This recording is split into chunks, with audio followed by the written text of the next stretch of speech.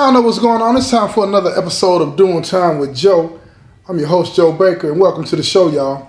Look here, the holiday season, everybody is tripping about the crime that's going on in America. I totally understand it, especially juvenile crime.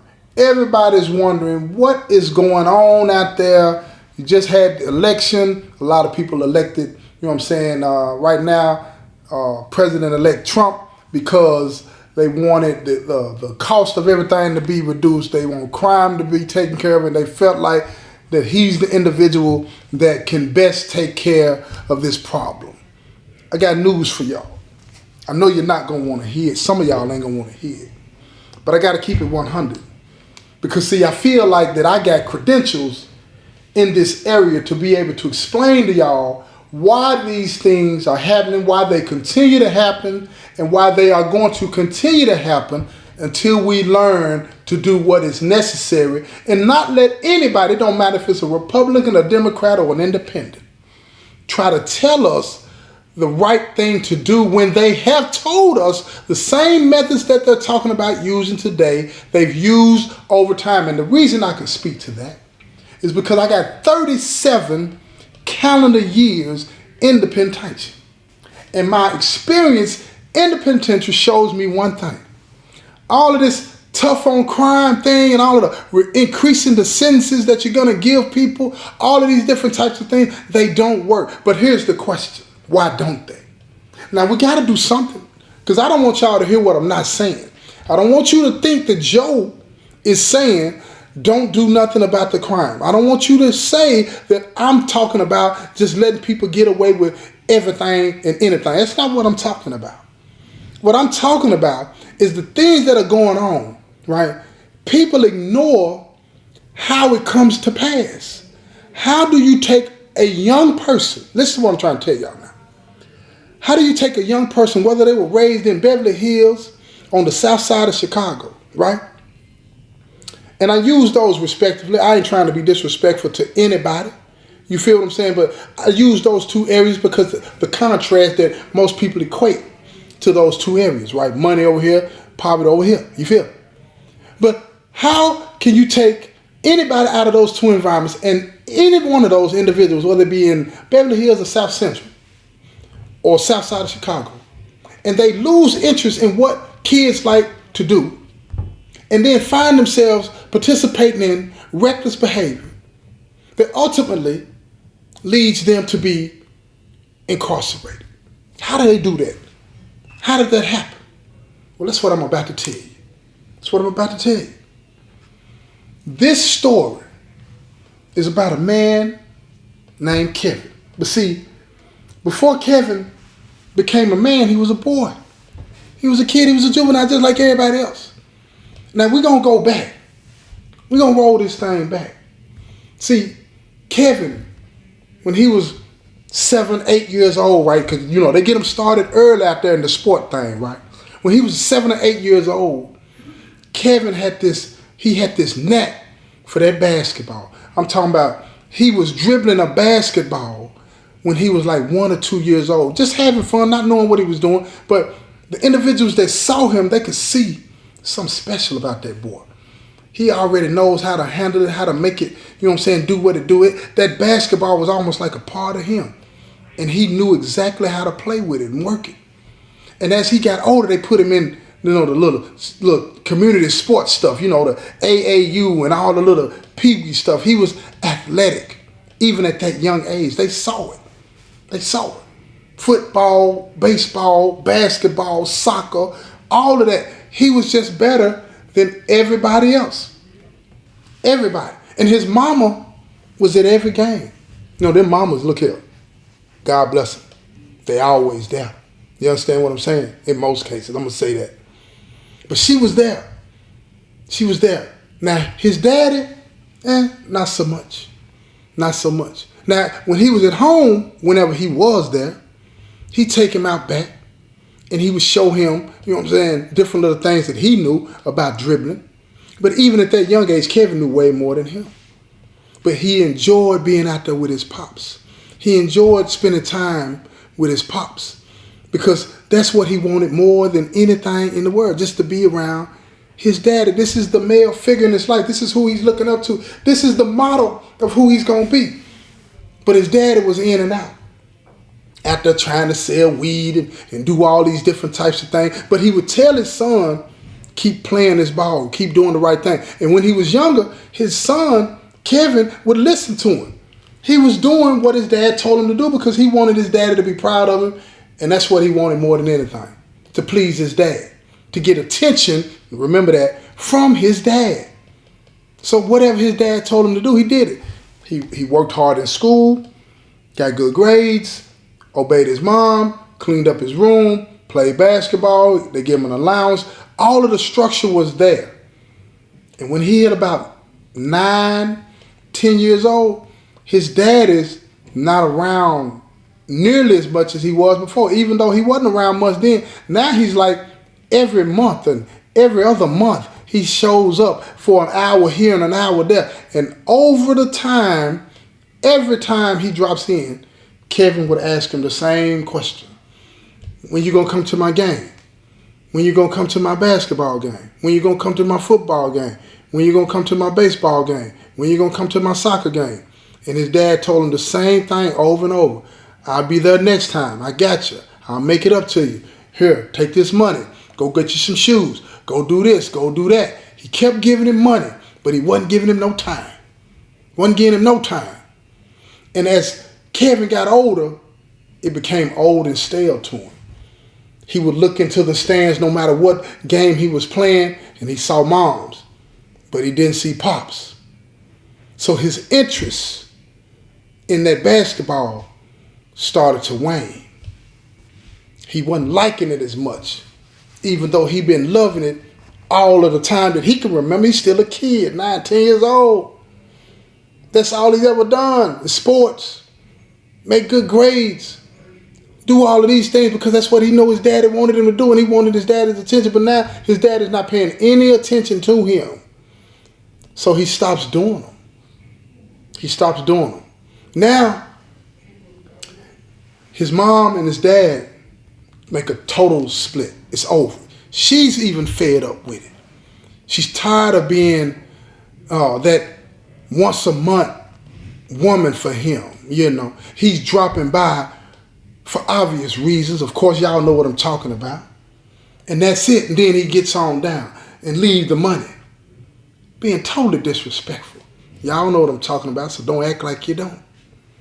And then, on top of that, it'll be some occasions where he would drop in and be gone before his son even got home from school. And his son was so in tune with wanting to be like his daddy, when he got there, his daddy's scent would be in the air. And he would ask his mom, Dad been here? And she was like, yeah. And he would get sad. And he was like, well, when is he coming back? So she quit lying to him and told him, I don't know. She said, we're done. And she sat him down and she explained that to him. And Kevin understood what she was talking about because he had seen the pain that his mom was going through. He remembered the nights that she would be in her bedroom and she'd be on the phone arguing with his dad. And then when she got off the phone, she would lay in the bed crying because he's not there, or because he's out with another woman, or because he just cussed her out and was disrespectful to her. He's seeing how this is affecting his mom, right? But let me show you how the trick of the devil works here, y'all. Let me show you something. He's seeing the pain that his dad is causing his mom, right? But at the same time, he's also seeing how his mom was continuing to chase after him, even when she said she was done. Even with all the disrespect, that's why you got to pay attention to these kids. They watch everything, right?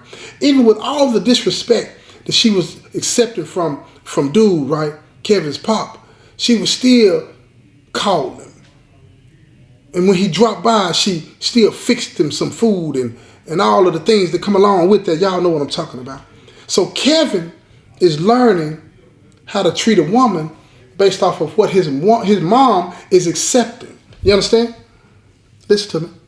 His dad is mistreating his mama. His mama is accepting it. Both of them, in the wrong way, are teaching Kevin how to treat a woman. Hold up now. That might be too much for y'all to bear. Because I don't want to put too much on you, right? I don't want to put too much on you. You got to take this in slow. Because a lot of y'all might be convicted about this. You feel me? Now check this out. So, Kevin, he's not seeing his dad around, right? So he, somewhere in the back of his head, he starts to blame his mom for that. You should try harder. You should do what he wants you to do. And all those different types of things. And he started to get more and more disrespectful. This is about 10 or 11 years old, y'all. He gets more and more disrespectful with his mom because she's putting herself in a position to be disrespected by his dad. So he feels like, I want to be like my dad. I want to get my dad's attention. I'm going to disrespect her too. What's the big deal? So now he starts to be disrespectful to the only person that's ever given him unconditional love, his mama. And it's tearing her apart. She don't even see and understand why this is happening because she's caught up in her own trap of pain and trauma. She can't see it either. So now check this out. So now she goes to court because she's tired of the payments, him dropping off a little money here, a little money there, because he said, if you want to leave me, I'm not going to pay for the house you live in. I'm not going to pay for the car you're driving. I'm most definitely not going to pay for the clothes that you wear. Because see, he insecure like that. He thinking she's doing it for somebody else now if she ain't doing it for him. And he don't like that. So he cut the money out. Guess what? She's a strong woman. She go back to school. She go get it herself. And then when she get it, he mad at her for that. So now he wants to come back around. But see, he's not coming back around because he wants her. You understand what I'm saying? He coming back around because he don't want nobody else to have her. You understand what I'm saying? So what does he do? He acts like he wants a relationship with his son. But the whole time he's poisoning his son against his mama. So the son, Kevin, can make her life miserable. Blame her for them not being together. Hold up, he ain't telling nobody that he got another woman with kids in another state. He ain't doing that. He keeping that to himself, but Kevin's mama already know. But she don't want to make Kevin feel bad about his daddy. She don't want to tell his daddy, she don't want to tell Kevin that his daddy ain't straight. See, that's grown folk business. You don't put kids in that, but Kevin's dad ain't got no problem in putting him in it like that. He don't care nothing about that because he's striking first. He want Kevin to know that his mama ain't straight. That it's because of her that they're not together. Ain't none of it true, but that's what he wants Kevin to believe so that Kevin can be more disrespectful. So when he's disrespectful, she got to call him to straighten Kevin. You understand the craziness in that dysfunction? Because that's what's happening.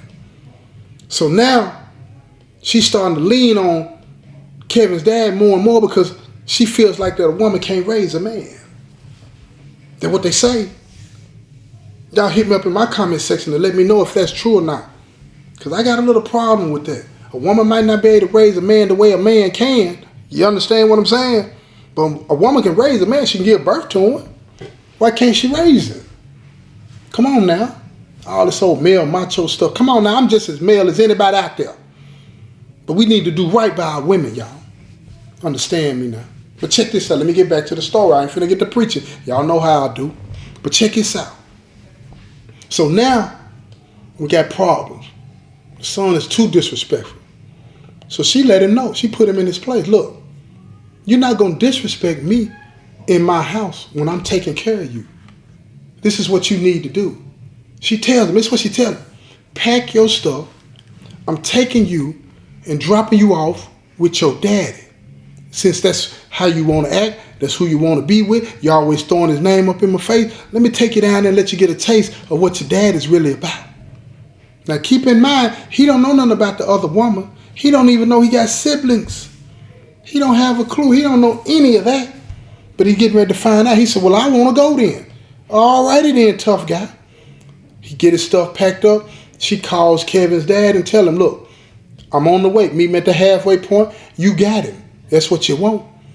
He's trying to tell her, no, don't do it. She said, look, you either meet me halfway, I'm going to bring him all the way to the doorstep and I'm dropping him off. You got him since you want to play these games with me. So he meets her halfway and he takes him.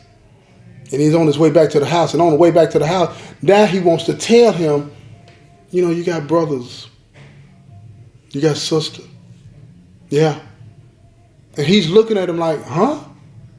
He asks, how old are they? Every one of them is older than him. So they've been in the world longer than him, and he's not heard one word about them. Who's their mama? They got one mama.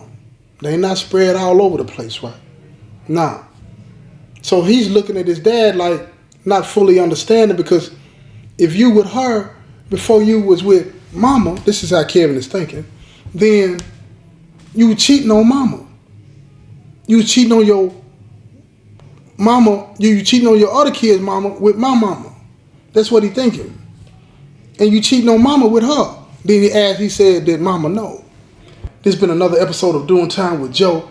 I'm your host, Joe Baker, and I say peace, y'all.